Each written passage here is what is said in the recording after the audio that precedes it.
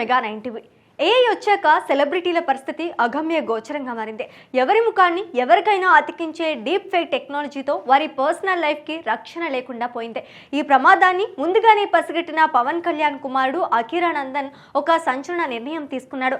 తన అనుమతి లేకుండా తన ఫోటోలను, వాయిస్ను వాడుతూ సోషల్ మీడియాలో నకిలీ కంటెంట్ సృష్టిస్తున్నారని ఆయన దేశ అత్యున్నత న్యాయస్థానాల్లో ఒకటైన ఢిల్లీ హైకోర్టును ఆశ్రయించాడు. తన వ్యక్తిత్వ హక్కులను కాపాడుకోవాలని కోరాడు. బాలీవుడ్ స్టార్స్ బాటిలో అఖీరానందన్ ఎంచుకున్న ఈ లీగల్ రూట్ ఇప్పుడు హాట్ టాపిక్ అయింది. అఖీరానందన్ ఈ పేరుకు సోషల్ మీడియాలో ఉన్న క్రేజ్ గురించి ప్రత్యేకంగా చెప్పాల్సిన పని లేదు. అయితే ఈ క్రేజ్ను కొందరు క్యాష్ చేసుకుంటున్నారు.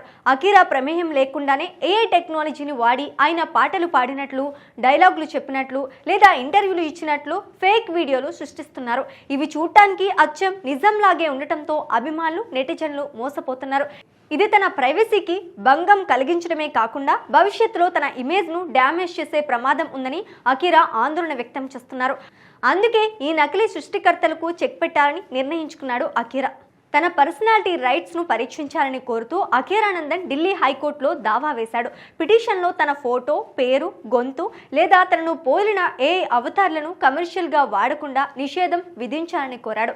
ఇప్పటికే సోషల్ మీడియా ప్లాట్ఫామ్లలో ఉన్న తన ఫేక్ కంటెంట్ను వెంటనే తొలగించేలా ఆదేశాలు ఇవ్వాలని హైకోర్టును కోరాడు.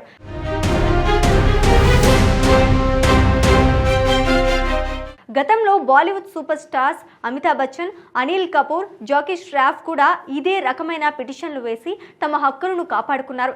ఇప్పుడు టాలీవుడ్ నుంచి ఆ రూట్లో వెళ్ళిన మొదటి స్టార్ కిడ్ అఖీరానే కావడం విశేషం. ఢిల్లీ హైకోర్టు సాధారణంగా ఇలాంటి విషయాల్లో సెలబ్రిటీల హక్కులకే మద్దతు ఇస్తోంది.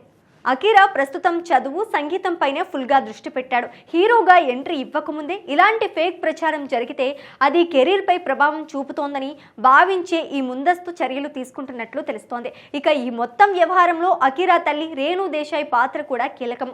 గత కొంతకాలంగా ఆమె సోషల్ మీడియాలో అఖీరా ప్రైవసీ గురించి ఆవేదన వ్యక్తం చేస్తూనే ఉన్నారు. నా కొడుకు ఇంకా ఏ సినిమా ఒప్పుకోలేదు, దయచేసి వదంతులు నమ్మొద్దు, ఫేక్ వీడియోలు చేయొద్దు అని ఆమె ఎన్నోసార్లు రిక్వెస్ట్ చేశారు.